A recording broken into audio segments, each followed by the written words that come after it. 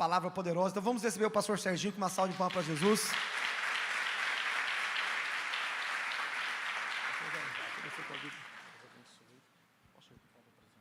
Pode, com certeza.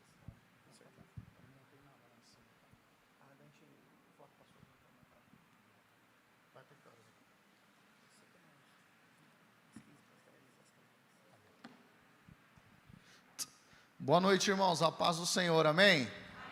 Louvado seja Deus, uma alegria imensa estar aqui com os irmãos, né? Já estive aqui algumas vezes, revendo amigos na verdade, pastor Júlio, pastora Cris, os nossos pastores aqui, é uma alegria, né? De verdade, uma honra. Eu costumo dizer que o pastor Júlio, a pastora, foram um presente de Deus na nossa vida. Quando nós chegamos aqui em Osasco, para quem não sabe, não somos daqui, somos do litoral, então fui transferido para cá, e acabei conhecendo, me envolvendo com o pastor, aqui com a pastora, também na campanha dela para a vereança, e aí fomos nos envolvendo, criando um vínculo de amizade. Agora já fui na casa dele. A única coisa ruim é que o dia que eu fui foi para ver a final do Mundial e nós perdemos, né? Mas o importante é que comemos, demos risadas, né, pastor? Nos alegramos, e isso que é importante. A alegria do Senhor é quando os irmãos vivem em união, em comunhão, para a glória de Deus, amém? Como já foi apresentado, minha esposa Ju, a Duda, que é uma ovelha nossa, também uma obreira do Senhor, e me sinto honrado de estar aqui com os irmãos, me sinto honrado de estar aqui ministrando a palavra do Senhor. Reconheço, de fato, a responsabilidade que se tem em subir ao altar e ministrar a igreja de Cristo. Às vezes nós chegamos aqui, sentamos aqui, e às vezes não temos a noção de o quão importante você é, porque você e eu só estamos aqui porque Jesus entregou a sua vida na cruz do Calvário. Então você é uma pessoa mais do que especial para o Senhor, amém? Glória a Deus. Abra sua Bíblia comigo, Epístola de Hebreus.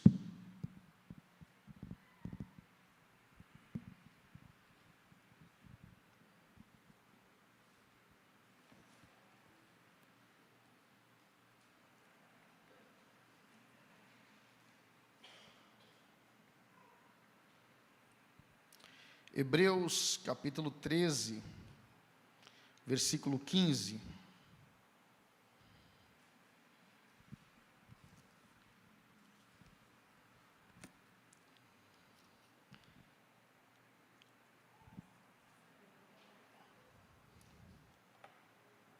Hebreus capítulo 13, versículo 15. Enquanto você olha, eu gostaria de apresentar um livro que, pela bondade de Deus, no meio do ano passado, nós conseguimos escrevê-lo. Já tinha esse projeto no coração, e esse livro eu costumo dizer que é para a igreja. Eu sou um igrejeiro de plantão, sou apaixonado pela igreja, e eu sou uma pessoa que vive na igreja, não é que vive da igreja, mas vive na igreja, envolvido com a igreja. Então eu amo a igreja, apesar dos apesares. Eu costumo dizer que por mais que tenhamos defeito nas igrejas, ainda é o melhor lugar para se estar, é a igreja de Jesus. E esse livro aqui, Obesidade Espiritual, ele trata de um assunto extremamente importante nos dias odiernos, nos nossos dias, porque hoje nós temos muito conhecimento. Hoje você vai ver gente falando, fala de grego, fala de hebraico, fala de aramaico, fala de filósofo, fala de Platão, Aristóteles, fala de todo mundo. Falamos, sabemos o que é pecado, o que é certo, o que é errado, conhecemos a Bíblia, todo o texto. Não, já escutei essa pregação, porque não falta conteúdo, seja na internet, seja na igreja, seja onde for. Mas a questão é o quanto praticamos aquilo que nós conhecemos. Tiago diz, não seja só ouvinte, mas praticante. Então, com esse objetivo, nós querendo que a igreja venha destravar, não só no conhecimento, mas através da prática do evangelho, da palavra, da vida cristã, nós escrevemos esse livro, Obesidade Espiritual, que trata de pessoas que têm conhecimento, mas a vida está estagnada. Todo o conhecimento que ele tem de Deus e da Bíblia está parado. tá certo? Então, essa é a segunda impressão que fazemos. A primeira impressão nós fizemos, eu vendi esse livro a R$35, e na segunda impressão fui extremamente abençoado. Então, como nós fomos abençoados, nós decidimos não vender a 35, mas também abençoar a igreja, e nós mudamos o valor, e a partir de hoje ele é R$ 27,90. E irmãos, eu vou te dizer uma coisa, só o prefácio desse livro já vale o valor, porque o prefácio desse livro aqui é do pastor Júlio Selegato. Vocês conhecem o pastor aí ou não? Aleluia! Pastor Júlio Selegato. O pastor Júlio já tem, eu ainda não tive a oportunidade de dar um para a pastora, eu queria presentear a pastora. Deus abençoe, pastora. Amém? Glória a Deus. Pode deixar, pastor, deixa uma dedicatória aí. Vai ter uma banquinha lá em cima, lá, o pastor Júlio autorizou, tá bom? Você podendo, pode comprar, você não vai se arrepender, o Senhor vai abençoar o teu coração. Amém? Amém? Amém. Glória a Deus. Hebreus 13:15 diz assim: por meio de Jesus, portanto, ofereçamos continuamente a Deus um sacrifício de louvor, que é fruto de lábios que confessam o seu nome. Portanto, por meio de Jesus, portanto, ofereçamos continuamente a Deus um sacrifício de louvor, que é fruto de lábios que confessam o seu nome. Amém? Louvado seja Deus por isso. Espírito Santo de Deus, fale aos nossos corações. A tua palavra diz, e eu creio que sem ti nada podemos fazer. Cuida, Senhor, de cada um que aqui chegou. Fale aos nossos corações pela tua palavra, porque nós queremos te ouvir, necessitamos te ouvir. É o que eu te peço em nome de Jesus. Amém e graças a Deus. A epístola de Hebreus, ele, numa linguagem teológica, ele é conhecido como o quinto evangelho. Não que eu goste desse 4 evangelho, porque para mim não existe 4 evangelhos, existe um evangelho com 4 autores diferentes, mas numa linguagem teológica, para deixar mais simples o estudo, nós conhecemos a epístola de Hebreus como o quinto evangelho. Por quê? Porque enquanto Mateus, Marcos, Lucas e João relatam o que Jesus fez enquanto estava na terra, a epístola de Hebreus, ele relata o que Cristo continua fazendo, só que agora no céu. A diferença entre nós e em qualquer outra religião que venha a existir na face da terra, é que de todas as outras religiões, o seu fundador, o seu pilar, eles morreram.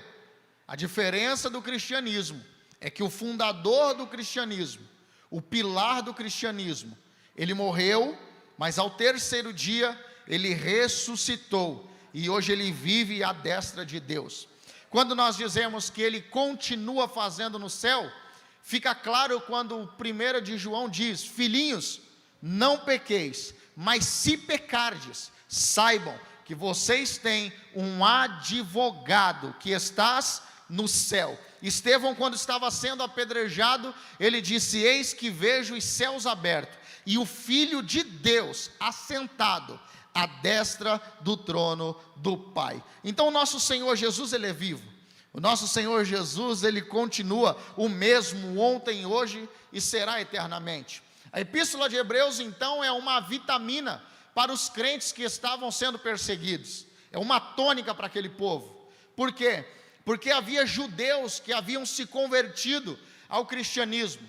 Os nossos irmãos que antes eram fariseus, saduceus, que viviam debaixo da lei de Moisés, agora eles se converteram ao cristianismo, entregaram as suas vidas ao Senhor Jesus, e a partir desse momento são considerados cristãos. Porém, após a morte e ressurreição do Senhor, a Bíblia relata, e a história comprova, que há uma grande perseguição. E agora os judeus que haviam se convertido ao cristianismo começam a sofrer uma grande tentação de retrocederem ao judaísmo. Eu não usei a palavra errada.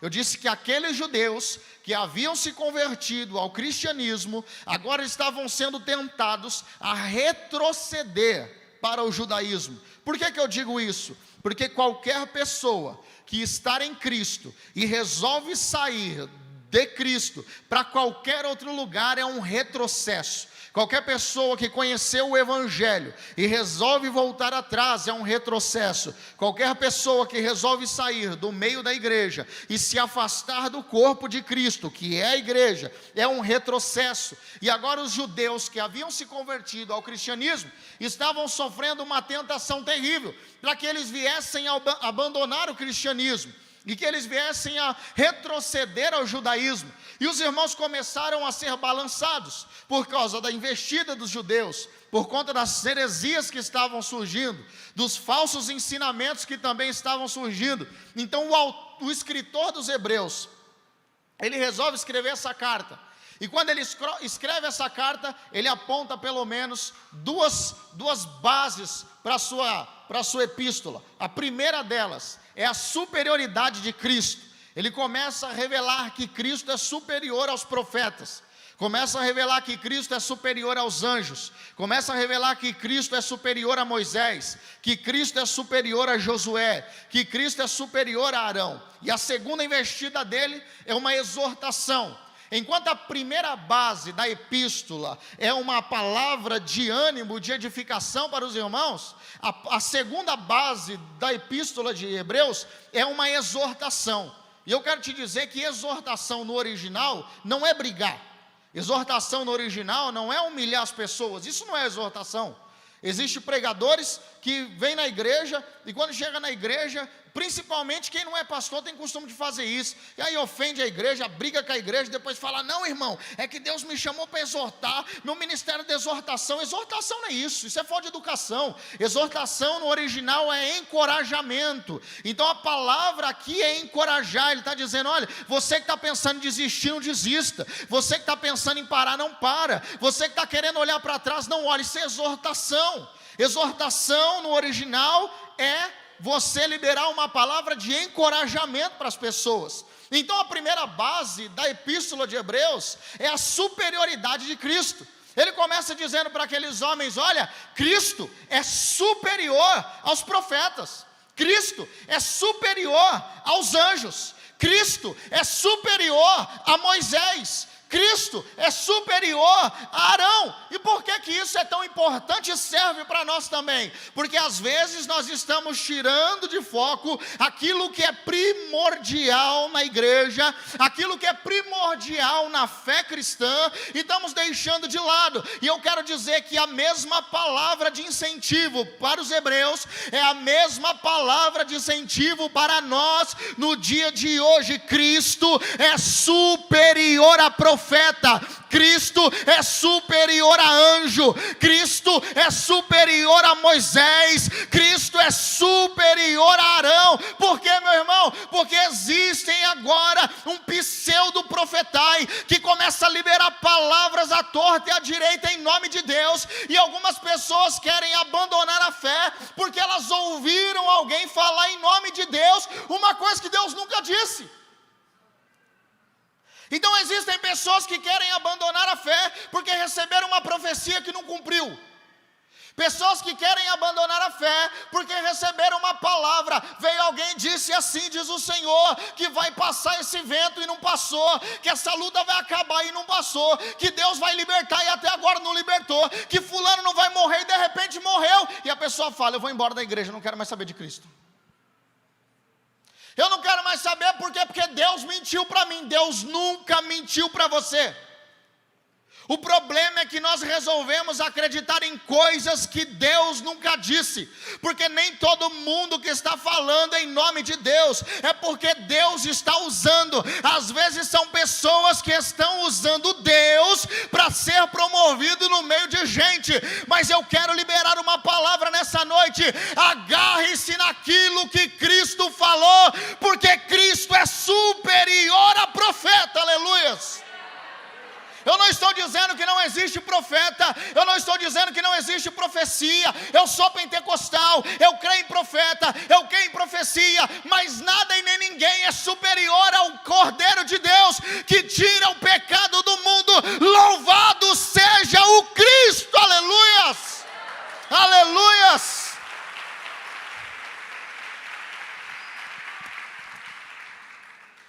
Então, em nome de profecia, muita gente acabou com casamento. Em nome de profecia, muita gente acabou, meu irmão, com empresa. Em nome de profecia, muita gente acabou com o ministério, acabou com o chamado. Deixa eu liberar uma palavra para você. Profecia não é combustível, profecia é placa. Não entendi, pastor, falo melhor. Profecia não me move, profecia me alerta. Eu não vou ficar movido por profecia. Olha, Deus está me revelando que está na hora de você sair. Então tá bom, vou esperar Deus confirmar. Porque para mim profecia é placa. Ele falou, eu estou observando. Opa, é só para não entrar errado aqui, é só para não entrar errado ali. Eu não posso me mover por profecia. Por quê? Porque a palavra de Cristo é Cristo falando. E Cristo é superior a profeta. Então eu só me movo baseado na palavra de Cristo. Aleluias. Então é gente que está querendo se mover, meu irmão, deixa eu liberar. Não se mova por profecia. Profecia te alerta, não te move. Cristo é superior a profeta. Não é que o profeta me disse.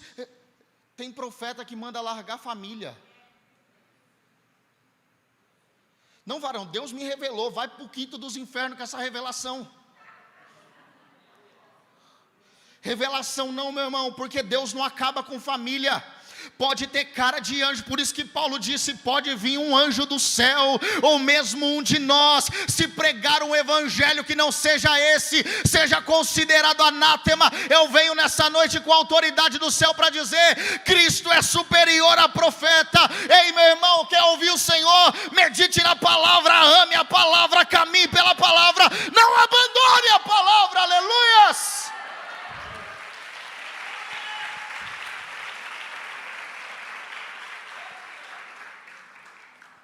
Cristo é superior a anjo. Precisamos depositar a nossa expectativa na pessoa certa.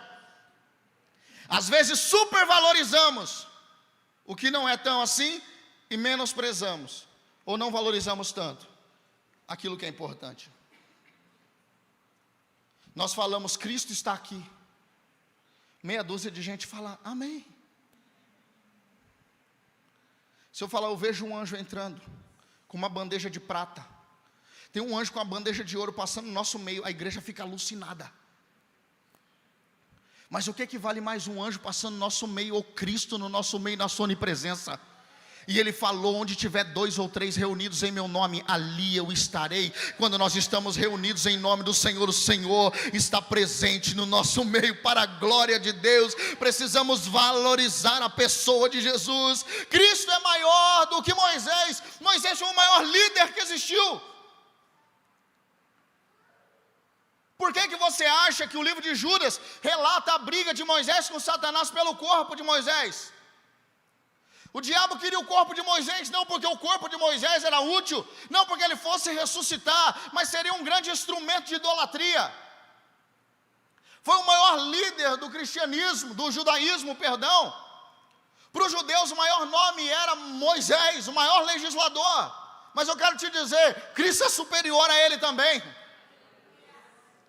Cristo é superior a ele. Eu venho nessa noite, meu irmão, com palavras simples para te dizer que não existe nada e nem ninguém mais importante do que o Senhor Jesus Cristo, o Alfa e o Ômega, o princípio e o final, o bom pastor das ovelhas, meu irmão, a porta das ovelhas, o leão da tribo de Judá. Volte a centralizar a sua vida em Jesus, aleluias. Cristo é maior do que Moisés. Esses dias me ligaram, pastor Júlio, falaram assim, eu sei que você é contra o ministério apostólico. Eu falei, eu não sou contra isso. Eu não sou contra o ministério apostólico. Queria conversar comigo, mas já veio na defensiva. Eu falei, eu não sou contra o ministério apostólico. Eu sou contra o que não é bíblico. Porque hoje os nossos títulos não é pela missão que executamos, mas pelo tipo de cabresto que nós queremos colocar nas pessoas. Ninguém fala que é apóstolo porque ele tem uma visão apostólica de conquistar, de ganhar, de invadir, de arrebentar com o inferno, de ganhar gente para Jesus. Não, é para mostrar que ele é superior a pastor. Eu nunca vi isso, porque a autoridade da igreja é o pastor. Ministério apostólico não tira a autoridade de pastor. E você quer saber se o cara é um homem de Deus ou não? Chama um apóstolo de pastor. Pode ser o pastor. Meu irmão, falta endemoniar. Se entortar a mão, põe a mão e repreende. E deixa eu te dizer uma coisa, meu irmão. O apóstolo Paulo, quanto mais se aproxima de Deus, mais simples ele se torna.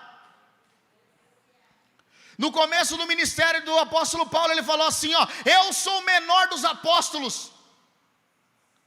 No meio da caminhada dele, ele disse: eu sou o menor dos meus irmãos. No final, que ele tinha ido até o terceiro céu, viu coisas inefáveis, que não era o homem lícito falar. Ele falou assim: eu sou o pior dos pecadores. Quanto mais perto de Deus nós estamos, mais simples nos tornamos, mais humilde nos tornamos, meu irmão, mais quebrantado nos tornamos. Qualquer pessoa, você quer descobrir se uma pessoa é cheia de Deus ou não? Não é se ela fala muita língua ou pouca língua, não é se ela se veste, não é se ela é eloquente ou não, é pela simplicidade, porque Jesus disse: aprendei de mim que sou manso e humilde de coração. Jesus é superior. E a segunda investida do escritor dos Hebreus foi a exortação para os irmãos. Ele disse para aquele povo: eu quero exortar vocês, primeiro, ao culto público. Ele diz: vocês estão negligentes demais ao culto público. Por isso que tem escrito lá em Hebreus 10, 25: não deixe de congregar como é costume de alguns. Ontem eu estava conversando com um pastor amigo do litoral. Ele disse para mim: Serginho, uma irmã da minha igreja disse que estava orando, e ela recebeu uma revelação que sentiu de Deus, que ela não precisa mais congregar. Eu falei, eu chamo ele de bichão, né? Falei: ô bichão, não vou falar nada não. Qualquer coisa que eu falar, eu falo para mais agora. Eu escrevi isso no livro. Quem já ouviu falar assim: eu sou igreja? Posso te dar uma notícia? Você não é igreja. E eu não sou igreja. O que é igreja? Nós. Igreja não é eu sou, igreja é nós somos. Não existe igreja sozinho.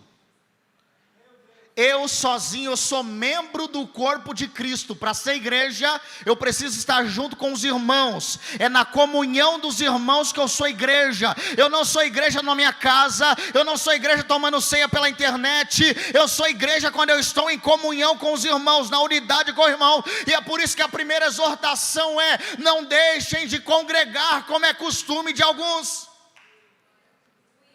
E o exemplo que eu dei no livro foi o seguinte: quem já assistiu os Jogos Paralímpicos aqui? As pessoas correndo, chegando no pódio, sem uma perna, com a perna mecânica. E a pessoa chegou lá sem perna. A pessoa só tem um braço, chegou no pódio sem um braço. Mas eu nunca vi o braço chegar no pódio. Eu nunca vi a perna chegar no pódio. Sabe por quê? Porque o membro não sobrevive sem o corpo, mas o corpo sobrevive sem o membro. Ei, meu irmão, não é a igreja que precisa de você, é você que precisa da igreja. Você pode olhar para quem está do seu lado nessa noite e dizer: meu irmão, você está aqui porque você precisa da igreja. É você que precisa de Jesus, é você que precisa do corpo, é você que precisa da comunhão. Somos nós, igreja, aleluias, aleluias.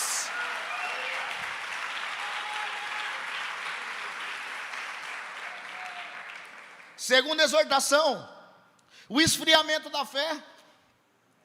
O povo estava com a fé abalada, o povo estava esfriando, a perseguição estava esfriando, e ele começou a exortar. O que é exortar? Encorajar. Ele estava dizendo: meu irmão, sua fé está abalada, mas não para não.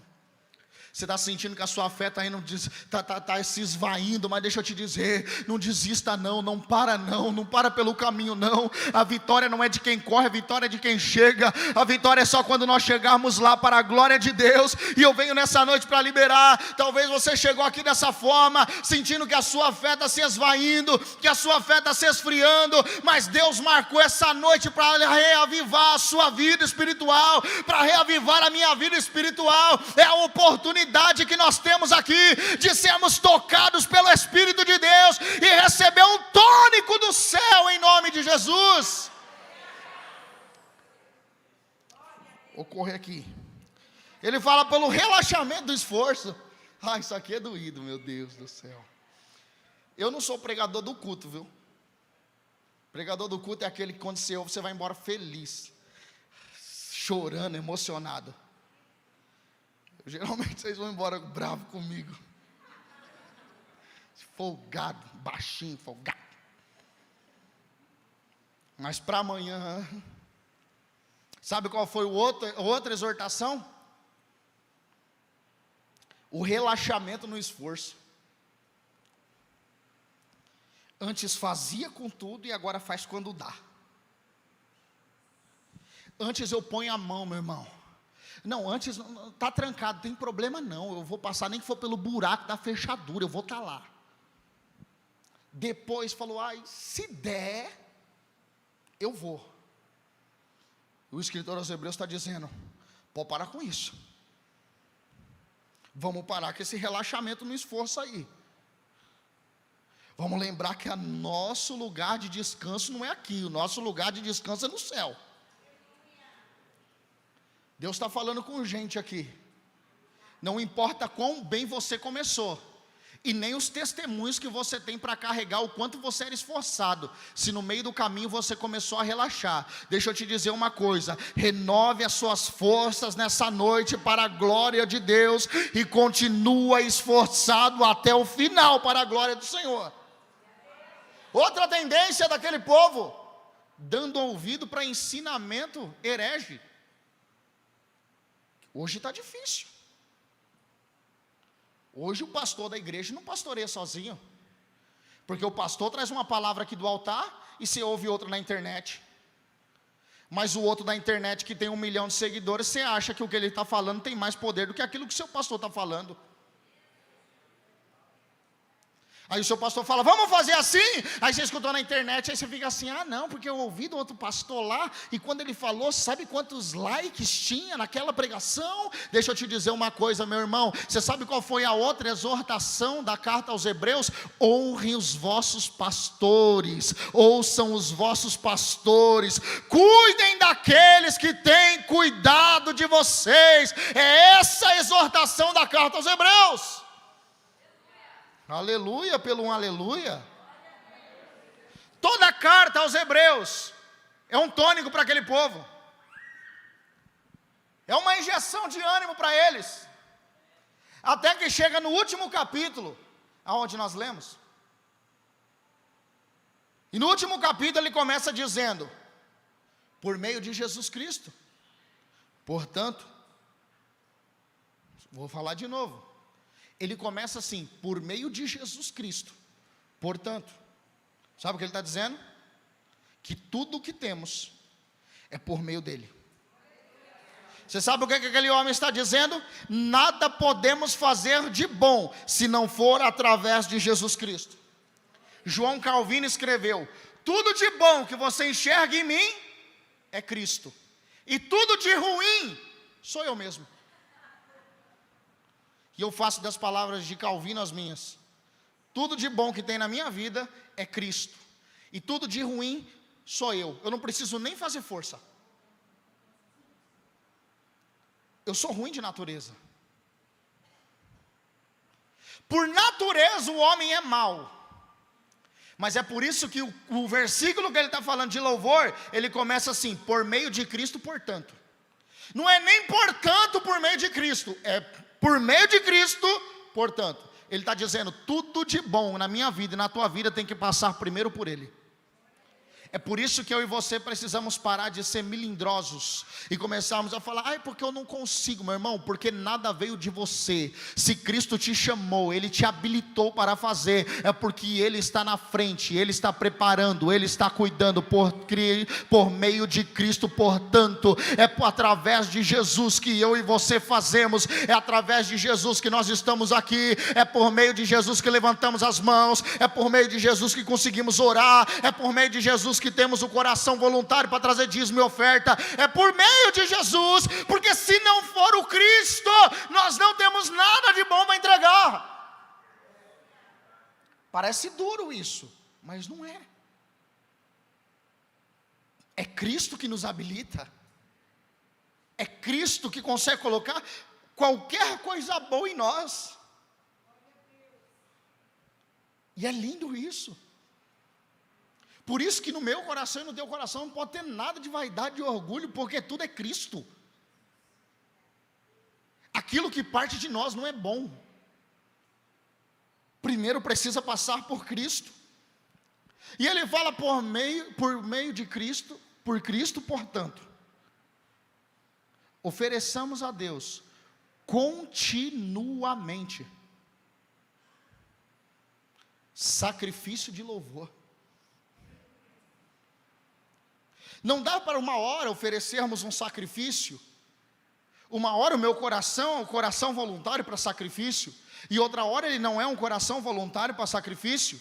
O escritor aos Hebreus está dizendo: por meio de Cristo, nós devemos oferecer um sacrifício continuamente. Deixa eu te dizer uma coisa, a primeira palavra que vem no meu coração quando eu leio esse texto, é a perseverança que eu e você precisamos ter na presença do Senhor. Continuidade naquilo que fazemos. Vou dar um exemplo. Quem fez propósito aqui nos últimos dias de dezembro aí para 2023? Esse ano eu vou orar. Esse ano eu leio a Bíblia toda. Não, esse ano eu faço um jejum por semana pelo menos. Se começou janeiro bem, não adianta parar em fevereiro. É continuamente. E não é 2023, é 2024, e se ele não voltar, 2025, se ele não voltar, 2026, se ele não voltar, 2027, se ele não voltar, a gente vai continuar, nós não vamos parar. Eu e você precisamos oferecer a Deus sacrifício continuamente. Você pode olhar para quem está do seu lado e dizer nessa noite: louvor a Deus não é só no louvor, na sexta-feira do louvorzão, é continuamente. Não é só no culto de domingo que a igreja dá as mãos e se emociona, não, é continuamente. Não é só no dia de culto, é no dia que não tem culto, é quando nós estamos no trânsito, é quando nós estamos no trabalho, é quando nós estamos no hospital, é quando nós estamos na fila do pão, é quando nós estamos no açougue, é continuamente. Eu quero acreditar que nessa noite eu e você ofereceremos louvor continuamente. Aleluias.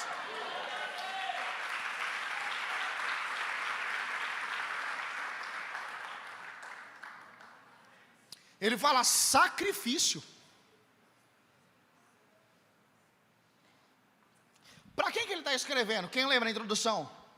Para Hebreus. É gente que vinha na tradição de quem? De Moisés. Por isso que ele começa dizendo: Jesus é superior a Arão. Quem era Arão? Arão era aquele que oferecia sacrifício pela culpa do povo. Arão era aquele que oferecia sacrifício pelo pecado do povo. Só que tem uma coisa: quando Arão sacrificava um bicho pelo pecado de alguém, no outro ano, aquela mesma pessoa estava lá com outro animal para oferecer sacrifício de novo.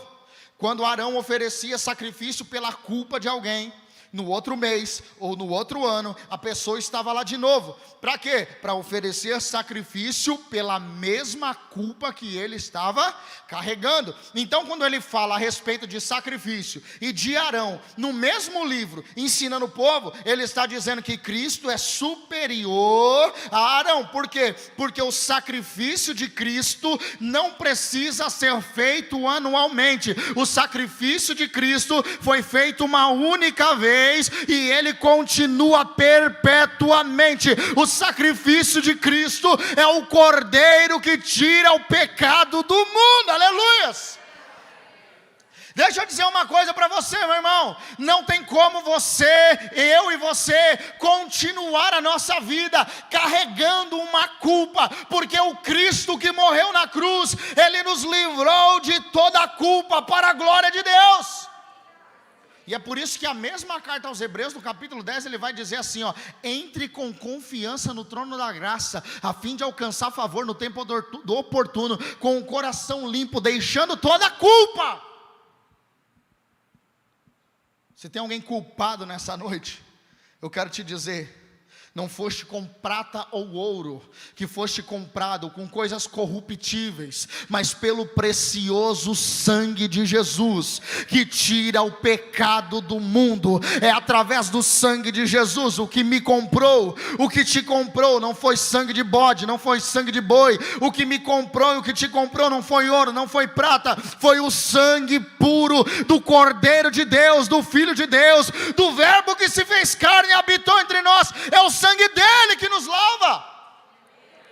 E eu acho lindo, porque Hebreus vai enfatizar, sabe o quê? Que Cristo é sumo sacerdote da linhagem de Melquisedeque. Talvez, se você não tem um hábito de estudo, de leitura da Bíblia, fique confuso para você.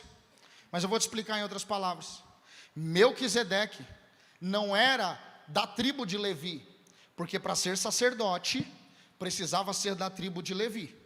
Para ser sacerdote, precisava ser da tribo de Levi e ser filho da descendência de Arão. Arão tinha filho chamado Merari, tinha filho chamado Coate, e ele tinha mais 2 filhos. 2 filhos morreram, que foi Nadab e Abiú, porque ofereceram fogo estranho. Mas daí ele teve os outros 2 filhos. Então, para ser sacerdote, precisava nascer da tribo de Levi. Não só, para ser sacerdote tinha que nascer da tribo de Levi e tinha que ser descendente direto dos filhos de Arão, que seria quem? Ou Merari, ou o outro rapaz que eu acabei de falar, para não ficar repetitivo. Só que só assim podia ser sacerdote. De repente vem Hebreus e diz assim, ó: porque Jesus Cristo é sumo sacerdote da linhagem de Melquisedeque. Aí é lindo demais. E talvez para você pareça só que eu estou aqui ganhando tempo, mas eu vou te explicar melhor. Porque segunda epístola de Pedro, capítulo 2, versículo 9, vai dizer assim, ó: nós somos geração eleita, sacerdócio real, nação santa, povo adquirido. Deixa eu te dizer uma coisa, sabe o que é isso? Através de Jesus Cristo, eu e você recebemos o sacerdócio do Senhor. E o que isso quer dizer? É que eu e você podemos entrar no trono da graça do Senhor com ousadia e com confiança. Agora eu e você podemos dobrar o nosso joelho e quando eu e você dobramos os joelhos, nós não ficamos limitados ao chão da igreja Ágape. Quando nós dobramos o joelho aqui, nós nos transportamos para o santíssimo lugar, entramos na presença de Deus, diante do Altíssimo, e adoramos ao seu nome, aleluias. Tudo isso aconteceu por causa de Jesus. Eita glória. Vamos lá. Ele fala sobre sacrifício, mas ele está falando que nós precisamos oferecer a Deus continuamente um sacrifício de louvor.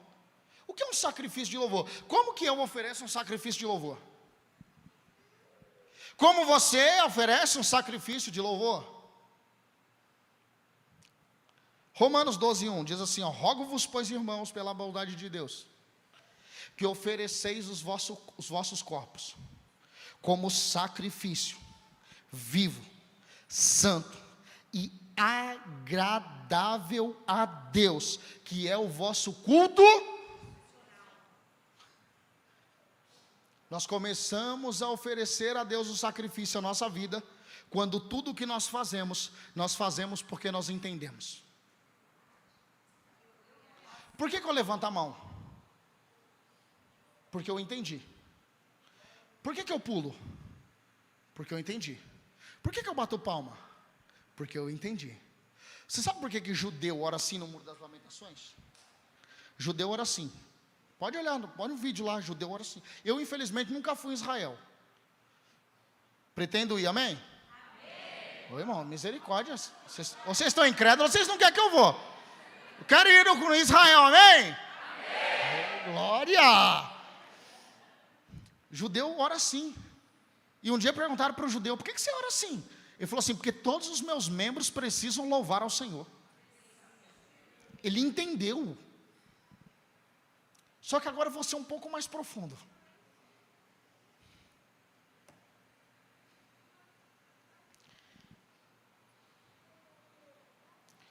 Capítulo 13 de Hebreus, ele começa falando primeiro sobre amor fraternal. Segundo, sobre hospitalidade. Pode ver, versículo 1, ele está falando amor fraternal. Versículo 2, ele vai falar sobre hospitalidade. Você socorrer, visitar. Versículo 3, ele vai falar sobre misericórdia, compaixão, visitar o preso. Versículo 4, ele vai falar sobre casamento. E todo o livro de Hebreus, todo ele vai falar sobre avareza. Ele vai falar sobre honra ao pastor. Ele vai falar sobre submissão. Sabe o que esse texto aqui está dizendo? Então todo o capítulo 13 do livro de Hebreus está dizendo que o verdadeiro sacrifício de louvor, porque nós precisamos entender que o capítulo 13 não começa no versículo 15, o capítulo 13 começa no versículo 1, não dá para eu pular o versículo 1, 2, 3, 4, 5, 6, 7 até o 15, nós precisamos ler o 1, depois o 2, depois o 3 e assim sucessivamente. Então quando ele chega no 15, no 13, ele vai falar, o texto que nós lemos, ele vai começar a falar que nós precisamos oferecer por meio de Jesus Cristo um sacrifício de louvor, que é o fruto dos nossos lábios através de Jesus Cristo, amém? Só que para chegar no versículo que nós lemos, tem todos os outros antes, que ele vai falar exatamente aquilo que eu disse, que ele vai falar sobre misericórdia, vai falar sobre avareza, vai falar sobre pastor, vai falar sobre honrar os pastores, ele vai falar sobre socorrer os pobres, ele vai falar sobre ser um bom marido, sobre o nosso lar, sobre a nossa vida conjugal. Então o que eu entendo do sacrifício de louvor? O sacrifício de louvor não é o que eu falo, é o que eu sou. O verdadeiro sacrifício de louvor é a vida que eu levo. Não é o que eu canto. Porque é possível cantar e não louvar. E é possível não abrir a boca para cantar, mas as minhas atitudes ser um verdadeiro louvor ao Senhor. Então eu estou andando, eu sou o louvor. Eu levanto a mão, eu sou o louvor. Quando eu socorro alguém, eu sou o louvor. Quando eu amo o meu próximo, eu sou o louvor. Então eu entendi que o sacrifício de louvor é a vida de cristianismo que eu levo.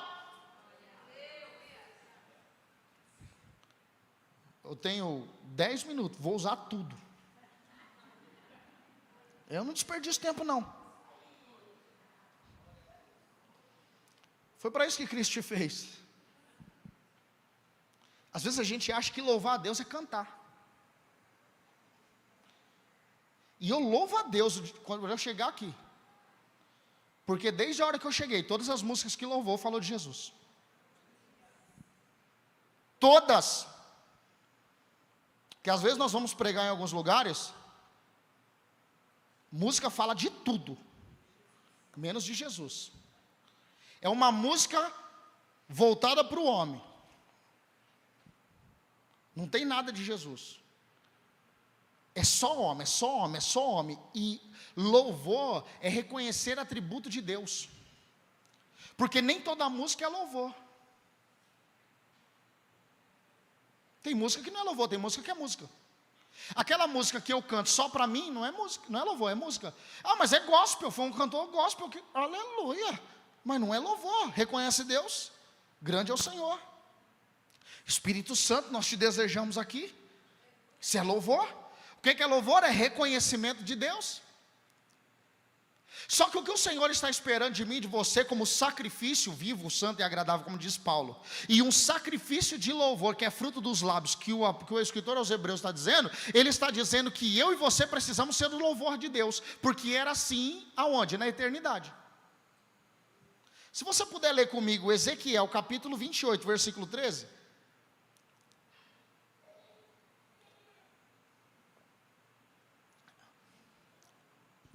Profeticamente, esse texto aqui está falando de um rei, mas que está profeticamente apontando para Satanás.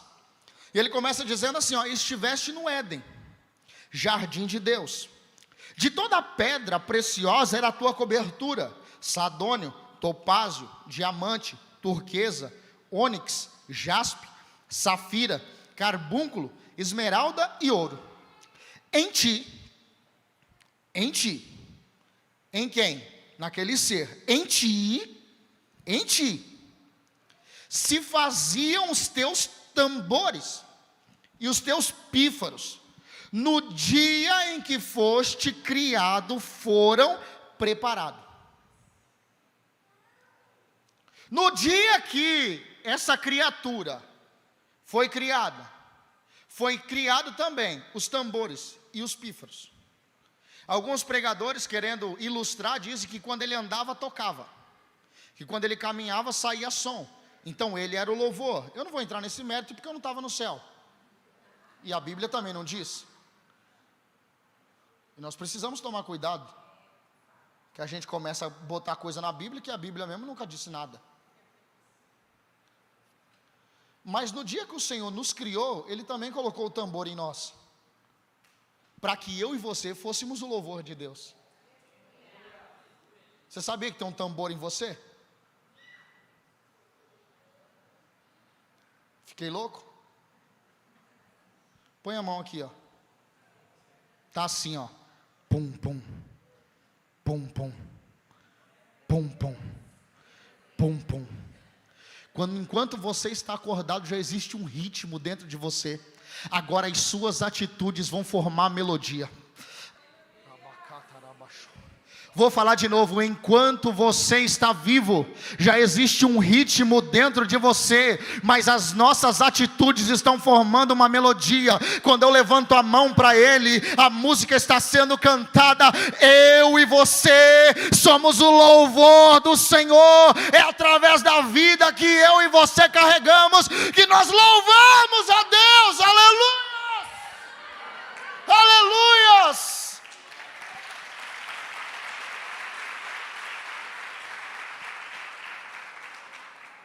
Por isso, pare de viver, meu irmão, como se não fosse nada na vida. Comece a se preocupar, porque você não é escola de samba, que na sua maior parte você está fazendo barulho. Você é o louvor.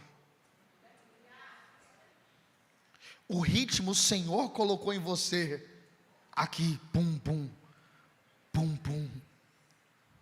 Mas a letra são as nossas atitudes. É por isso que desde o versículo 1, ele está falando sobre prática de fé. Ele está falando: ame o seu amor com o seu irmão com amor fraternal.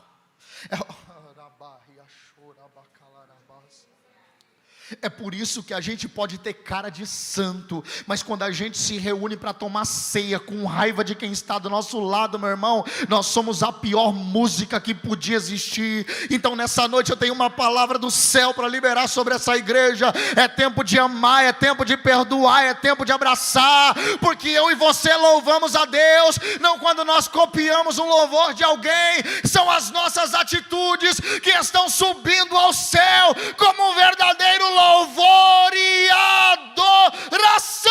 Aleluias! É a nossa vida, é a nossa prática, é a nossa conduta que vai louvar a Deus. Eu posso ter cara de crente, e também nem estou dizendo que tenho. Alguém olha e fala: rapaz, esse cara não tem cara de crente não. Mas pode ter cara de crente, pastor. Pode até se vestir igual crente, pode ter postura. Meu irmão, mas quem escuta a sua música não se engana. É por isso que tem gente aqui que pode falar, cantar. Eu não vou nem longe. Tá filmando, pastor? Não, né? Tá? Irmão, eu estou pertinho de ser preso. Eu acho que foi por isso que eu parei de filmar aí na igreja. Mas tem um cara aí que cantava a música, coisa mais linda. Mas agora, a atitude dele não diz, é tudo o contrário do que ele cantou. Nossa, mas as canções dele me fizeram chorar. Mas as atitudes dele não tinha a ver. Então veja só, ele estava cantando uma coisa para Deus, que o verdadeiro louvor estava subindo de outra forma. Então ele não cantava para Deus, ele cantava para nós. Porque a canção dele fez muito crente chorar. Mas as atitudes dele quando chegou lá no céu não eram um louvor, era um barulho. Por isso que eu quero te convidar nessa noite. Pode ficar de pé, pastor? Fica de pé, por favor.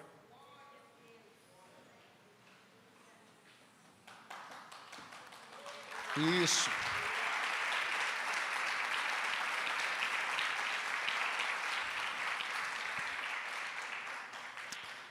Eu quero orar por você. Semana que vem, meu irmão, é adentrando o sobrenatural, acessando, vai ser forte. Mas hoje, vamos nos quebrantar.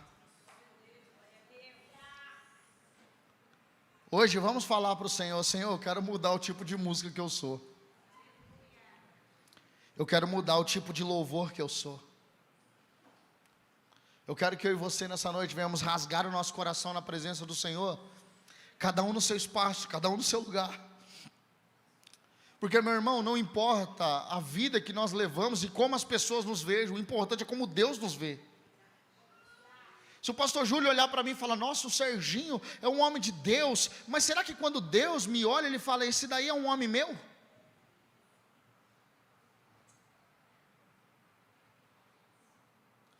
Vamos parar de ficar preocupado e mostrar uma aparência para o homem, e às vezes negligenciando a nossa aparência ao Senhor. Porque a pessoa que mais importa, que nos vê, é o Senhor. Não se engane. É importante demais, a nossa vida está voltada a Ele, rasgada a Ele. Como eu falei para vocês, eu não sou aquele pregador que vai fazer você chorar hoje, se emocionar hoje. Não, não sou ele. Eu sou pastor de igreja.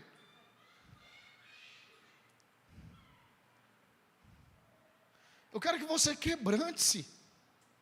Eu quero que você rasgue o seu coração e eu o meu, para que eu e você venhamos ser o verdadeiro louvor do Senhor. Para que quando Deus olhar para a terra, Ele falar: eu achei o verdadeiro adorador. Meu irmão, porque isso é tão sério? Porque a Bíblia diz que Deus procura. Você só procura o que não está fácil de achar. Alguém me ajuda a achar a caixa de som? Onde está uma caixa de som? Ah, tem ali, tem aqui. Está fácil de achar, assim ou não? Você não precisa procurar, você basta olhar para cima. Agora se eu falar: gente, perdi aí um alfinete aí no chão, vocês me ajudam a procurar? É difícil, porque não está fácil. E quando a Bíblia diz que o Senhor procura verdadeiros adoradores, procura, é porque não está achando fácil.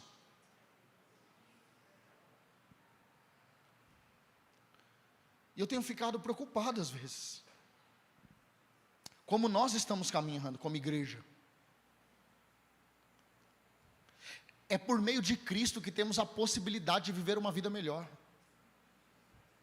Quando nós falamos assim: eu não consigo parar com isso, eu não consigo parar com aquilo, a gente está dizendo assim: ó, tudo que Cristo fez não foi o suficiente. E Gálatas capítulo 1, versículo 1 também não é verdade, porque Gálatas 5:1 vai dizer assim: foi para a liberdade que Cristo nos libertou. Sempre que nós colocamos uma desculpa para não mudar de vida, nós estamos falando que o que Cristo fez não foi o suficiente para nos libertar.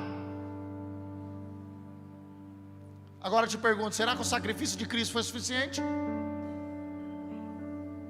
Quem acredita que o sacrifício de Cristo foi suficiente, diga eu. Feche seus olhos agora. E nesse fundo aqui, nesse fundo maravilhoso, fala para Ele que você quer ser uma nova música. Fala que você quer ser uma nova canção. Fala que você quer ser uma nova música. Fala para ele que você já entendeu que ele colocou o instrumento em você, que ele já colocou o ritmo em você, mas que a partir de hoje você vai se tornar a maior melodia, a melhor letra que já existiu, porque você é a verdadeira adoração. Aleluia!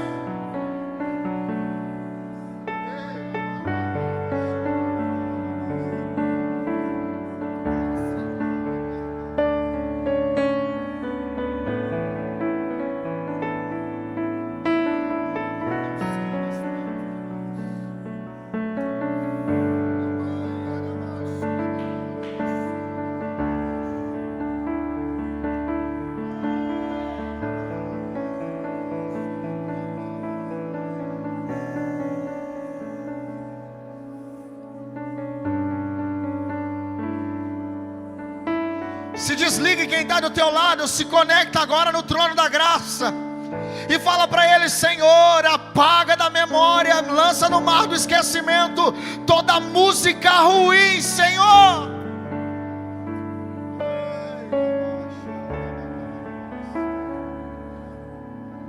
Como que é aquela música que fala: eu quero ser a canção? Não é uma música que fala: eu quero ser a canção.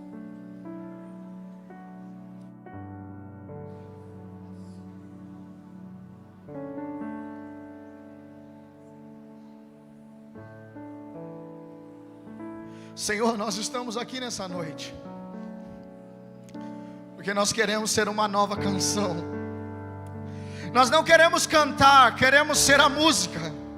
Nós não queremos abrir a boca para dizer que estamos louvando, nós queremos ser o louvor. As nossas atitudes, Senhor, chegarão no céu como uma linda melodia, como um lindo louvor. As nossas atitudes, a prática cristã, a fidelidade ao Evangelho, o amor ao Evangelho, o amor à sua palavra. Não queremos